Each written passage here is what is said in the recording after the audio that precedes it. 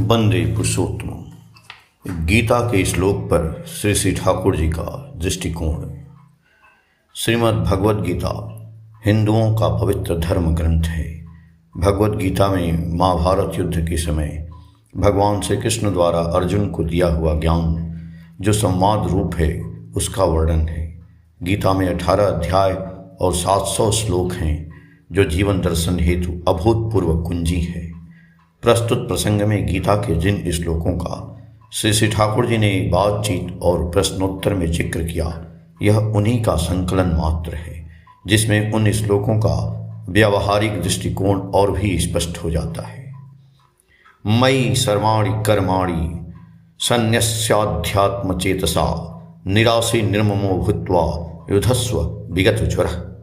शब्दार्थ: मयि मुझमें सर्वाणि सब प्रकार के कर्माणि कर्म को संन्यस्य पूर्ण त्याग करके अध्यात्म चेतसा भगवान में स्थित होने की भावना, निराशी कर्म फल की लालसा से रहित, निर्मम स्वामित्व की भावना से रहित, भूत्वा होकर, युधस्व लड़ो, विगत ज्वर मानसिक ताप के बिना, अर्थात अपने समस्त कर्मों को मुझको अर्पित करके और परमात्मा के रूप में निरंतर मेरा ध्यान करते हुए कामना और स्वार्थ से रहित होकर अपने मानसिक दुखों को त्याग कर युद्ध करो। प्रफुल्लदा ने पूछा श्री श्री ठाकुर जी से कि हमारा समय और सामर्थ्य कम है, कार्य विराट है और करना बहुत है, कैसे करेंगे? श्री श्री ठाकुर जी बोले, कोऑर्डिनेशन, संगति आने से ही सब कुछ संभव है। उस समय भावना, कथनी, करनी, मसल्स, पेशी, नर्व, स्नायु सभी एक साथ मिलकर उद्देश्य को पूर्ण करने के लिए सक्रिय उठते हैं। उस समय एक साथ ही 10 दिशाओं की ओर ताल रखकर चला जा सकता है। स्मृति भी उस समय दक्ष बन जाती है। कोई भी बात मस्तिष्क से नहीं हटती है। जो कार्य जिससे कराने की आवश्यकता होती है वह तुरंत मस्तिष्क में आ जाता है। कोई भी मौका हाथ से नहीं छूटता है। उस समय परिवेश की प्रत्येक वस्तु और व्यक्ति के विषय में बोध भी प्रखर हो जाता है। कौन व्यक्ति किस कार्य में कहाँ लगेगा, किस क्षेत्र में किसकी क्या उपयोगिता है, कहाँ कौन सा व्यक्ति या वस्तु के किस प्रकार का समावेश और प्रयोग से कार्य हो सकता है, सारी बातें मस्तिष्क में नाचने लगती हैं। इस प्रकार एक व्यक्ति बहुत से कार्यों को कर सकता है। प्रत्येक की प्रकृति और आवश्यकताओं पर ध्यान रखकर उसके पोषण और पूरण में यथासंभव यत्नवान होना चाहिए।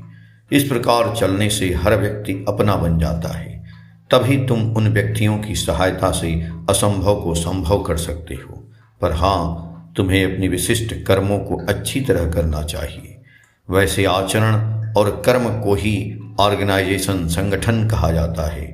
ऐसे संगठन के प्राण ही हैं एक प्राणता या आदर्श प्राणता में उद्बुद्ध हो, उनकी स्वार्थ प्रतिष्ठा में स्वार्थान्वित होकर दूसरों को जितना ऐसा बना सकोगे उतना ही संगठित होंगे। अपने व्यक्तित्व को आदर्श परिपूर्ण में सुसंगत और सुसंगठित बनाए बिना दूसरों को भी संगठित नहीं किया जा सकता है। इसीलिए कहता हूँ, यदि संगत और संगठित चरित्र संपन्न बनो तो सारी विच्छिन्न दुनिया को एक सूत्र में बांध सकोगे। क्या उस समय तुम्हें किसी चीज का अभाव रहेगा? देखोगे प्रत्येक का हाथ तुम्हारा हाथ है, प्रत्येक का मस्तिष्क तुम्हारा मस्तिष्क है, प्रत्येक चीज की शक्ति संपदा तुम्हारी संपदा है। अकेले तुम भव रूप में हो। इस प्रकार यदि तुम एक दूसरे का बन जाओ तो उस समय शक्ति सामर्थ्य की क्या कमी होगी? इसी प्रकार समवेत इच्छा, कलेक्टिव वायोलेशन का अभ्युत्थान होता है। इसे ही भूमायित जीवन कहते हैं, इसे ही ब्रह्मानुभूति कहते हैं। ऐसा ही ब्राह्मी आचरण तुम लोगों में चरित्रगत हो। मयि सर्वाणि कर्माणि सन्न्यस्याध्यात्म चेतसा निराशी निर्ममो भूत्वा युधस्व विगत ज्वरः, अर्थात आध्यात्म चेतना सहित अपने सभी कर्मों को मुझमें अच्छी तरह न्यस्त करके ये संता परहित अर्जन आशा विहित ममता रहित युद्ध करो। अपने तुच्छ स्वार्थ प्रत्याशा और ममता मोह में बंधे रहकर अपने आप को बृहत जीवन से वंचित मत करो। श्री श्री ठाकुर से एक भाई ने कहा, मुझ में जितना सामर्थ्य है उतना तो करता हूँ, और क्या करूँगा। श्री ठाकुर गंभीर स्वर में धीरे धीरे उदात्त सुर में बोले, स्वार्थ बुद्धि छोड़ दो, प्रत्याशा परायणता छोड़ दो, इष्ट की शरण लो, अन्यथा विगत ज्वर नहीं हो सकोगे और इस ज्वर के चक्कर में जो भी क्यों न करो वह सफल नहीं होगा। मूल में हाथ लगाओ, उनको प्रेम करो और उनके लिए ही सब कुछ करो। क्षुद्र स्वार्थ बुद्धि का लंगर डालकर जितना भी करुआर यानी नाव खेने का डंडा चलाओगे वह बढ़ नहीं सकती है, उससे किसी के हृदय को स्पर्श नहीं कर सकोगे। यदि तुम वास्तव में सक्रिय भाव से इष्ट सर्वस्व हो तभी मनुष्य को अपने जैसा बना सकोगे। अपने तथा दूसरे को वैसा बना दो एवं सब कोई मिलकर वैसा बन जाओ, बस इतना काम है। इसके अलावा सब कुछ फक्कड़बाजी है। फक्कड़बाजी फांकीबाजी से न तुम्हें ही कुछ होगा और न दूसरों को ही। मनुष्य को तुम्हारी धोखेबाजी का पता चल जाएगा। तुमसे जिन्होंने कुछ भी नहीं पाया, जिसको तुमने अपने चरित्र से कुछ नहीं दिया, वह तुम्हारी संपदा कैसे होगी। याद रखो, याजन का अर्थ सुग्गे की भांति राम नाम रटना नहीं है। याजन का अर्थ है अपने सुकेंद्रिक सुगठित चरित्र को मनुष्य के समक्ष रखकर सुयुक्त सक्रिय सेवा संपोषण एवं नियंत्रण से उसे भी सुकेंद्रित तथा सुगठित बना देना। अपने कुछ नहीं बनोगे, केवल बातें बनाकर बाजी मारोगे। प्रकृति के राज्य में ऐसी घटना नहीं होती है। तुम जिस तरह प्रकृत होगे, प्रकृति भी उसी तरह तुम्हें पुरस्कृत करेगी। श्री ठाकुर थोड़ा क्षण चुप रहकर भावावेश में दृप्त स्वर में प्रेरणादीप्त भंगिमा में बोले, मनुष्य को जुटाने की जरूरत है। ऐसे मनुष्य को जुटाना है जो दुनिया को कपा दे। ऐसे व्यक्ति सन्यासी होंगे जो किसी का भी बोझ नहीं बल्कि सानंद सभी का बोझ वहन करके चलेंगे। ऐसे उच्च वृत्ति वाले सन्यासी की जरूरत है। अपने क्षुद्र ममत्व को अभी ही निकाल भगाओ। हर तरह सर्वांतःकरण से सर्ववृत्ति सहित उनके प्रति अनुरक्त हो और उसी के जरिए मनुष्य की सेवा करो। और सेवा माने परिपोषण, परिपूरण, परिरक्षण। यदि तुम मनुष्य का श्रद्धा हम न बन उठो तो मनुष्य की यथार्थ सेवा नहीं कर सकोगे। यथार्थ सेवा माने उनके अंदर इष्ट प्रतिष्ठा, और वह तभी संभव है यदि तुम्हारा इष्टमुखी चलन चरित्र उनके हृदय में श्रद्धा आकर्षण करता हो। मयि सर्वाणि कर्माणि सन्न्यस्याध्याय समचेतसा निराशी निर्ममो भूत्वा युधस्व विगतज्वरः। ममता और प्रत्याशा जैसा क्षुद्र स्वार्थ तुम्हारा ज्वर है, उसे त्याग करके उनकी स्वार्थ प्रतिष्ठा में लोक संग्रहार्थ काम अपनी योग्यता को बढ़ा डालो। इसीलिए धर्म दान से बढ़कर श्रेष्ठ दान कुछ नहीं है।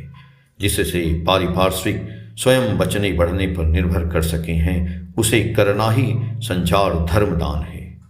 मैं चाहे योगी बनूं, यति ही बनूं और जो इष्टवादी ही बना रहूं, मुझे सदाचारी बनना है। सदाचार माने जिससे बचें, बढ़ूं, सक्रिय भाव से उसे परिपालन करना। श्री ठाकुर बोले कि संघात चाहे जो कुछ आवे, जब मनुष्य पूर्ण रूपेण इष्ट स्वार्थ प्रतिष्ठापन्न होता है तो वह हर अवस्था में विजयी होता ही है। कुरुक्षेत्र के युद्ध में बार बार विजयी हुए हैं। इससे अर्जुन के दिल में थोड़ा आत्मगौरव का भाव पैदा हुआ। एक दिन सर्वप्रथम श्री कृष्ण को पद वंदना किए बगैर अर्जुन अहंकार वस्तः उनकी ओर देखते हुए आए। श्री कृष्ण अर्जुन के मनोभाव को समझ गए। ऐसा समझकर वे अर्जुन पर युद्ध का भार सौंप कर द्वारिका चले गए। अर्जुन ने कोई खास आपत्ति नहीं की। अकेले युद्ध में जाकर वे पग पग पर विध्वस्त होने लगे। उनका अहंकार चूर्ण हो गया। तब उन्हें बोध हुआ कि श्री कृष्ण की दया के सिवा वे कितना असहाय हैं। तब वे शरणागत होने के लिए मजबूर हुए। युद्ध को इस भयावह विपदा में थोड़ी सी सफलता पाने पर अर्जुन के दिल में अहंकार पैदा हो गया। श्री कृष्ण की दया की बातें सामयिक भाव से भूल गए थे। अशोक बाबू ने बातचीत के दौरान एक ऐसे विशिष्ट व्यक्ति की चर्चा की जो अपना पितृ परिचय गोपन रखकर परम पिता को अपना पिता कहकर परिचय देते हैं। श्री ठाकुर जी बोले, मेरी तो धारणा है यदि कोई अपने पिता को नहीं पहचानता है तो वह परम पिता को भी कभी नहीं पहचान सकेगा। सुकेंद्रिक टान परम पिता को अवलंबन करके बढ़ती है, बाद में वह सदगुरु में केंद्रायित होती है। सदगुरु के प्रति आंतरिक टान बढ़ने से बाद में वह विश्वमय घुमायित या व्याप्त हो जाती है। देवता, माता पिता सभी के साथ संबंधों को अपेक्षा सद्गुरु का संबंध बड़ा होता है। उसका कारण है वहाँ वास्तविक टान होने पर सब कुछ ही परिपूरित होता है। सत्ता जो सच्चिदानंदमय है उसको उपलब्धि का पथ खुल जाता है। बाद में श्री ठाकुर ने अपने आप कहा, सर्वदा स्मरण रखकर चलना चाहिए, मयि सर्वाणि कर्माणि सन्न्यस्याध्यात्मचेतसा निरासी निर्ममो भूत्वा सुधस्व विगतज्वरः। परमेश्वर के लिए भृत्यवत् कर्म है, इस बुद्धि के द्वारा मुझ में समस्त कर्म समर्पण करके फलाविसंग रहित ममत्वहीन और शोक शून्य होकर तुम युद्ध करो। काशीदा बोले कि ज्वर क्या चीज है? श्री ठाकुर जी बोले, मेरे पुत्र, पत्नी, दादा, माँ, भाई, रुपए पैसे, मेरे घर द्वार, मेरे लाभ हानि, इस तरह से अपने सेल्फ सेंट्रिक आत्मकेंद्रिक भाव सहित उन्मत्त रहना ही ज्वर है। सोचना चाहिए मैं और मेरे जो कुछ हैं सभी परम पिता के हैं। जो कुछ भी हैं उनकी सेवा के लिए हैं। उनके या परिवेश के लिए कुछ किया है तो वैसा सुयोग पाने के लिए विनम्र तथा कृतज्ञ रहना चाहिए। कोई प्रत्याशा नहीं रखनी चाहिए, किसी बात का अहंकार नहीं करना चाहिए। उन्हें तृप्त एवं प्रीति करना ही हमारा परम स्वार्थ। इस तरह से चल पाना ही है परम शांति। जय गुरु।